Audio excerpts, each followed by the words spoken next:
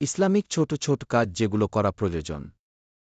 Islamic ছোট ছোট কাজ, কিন্তু অনেক সওয়াবের। বিসমিল্লাহ বলে যে কোনো কাজ শুরু করা। সালাম দেওয়া ও সালামের জবাব দেওয়া। হাসিমুখে কথা বলা, এটাও সাদকা। অন্যকে সাহায্য করা, এমনকি পথ দেখানোও।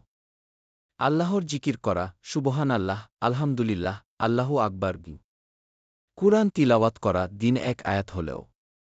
দুয়া করা, নিজের ও অন্যের জন্য। নফল নামাজ পড়া, যেমন তাহাজ্জুদ, দুহা। অসুস্থকে দেখতে যাওয়া বা তার জন্য দোয়া করা। রাগ সংযম করা ও ক্ষমা করা। অল্প খাওয়া ও অহংকার না করা। অন্যের দোষ না খোঁজা ও গীবত না করা। অতিরিক্ত পানি নষ্ট না করা, অজুতেও।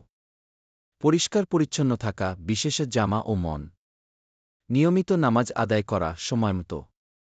এই ছোট ছোট কাজগুলো করলে ধীরে ধীরে জীবনে বরকত, শান্তি ও আল্লাহর রহমত আসে।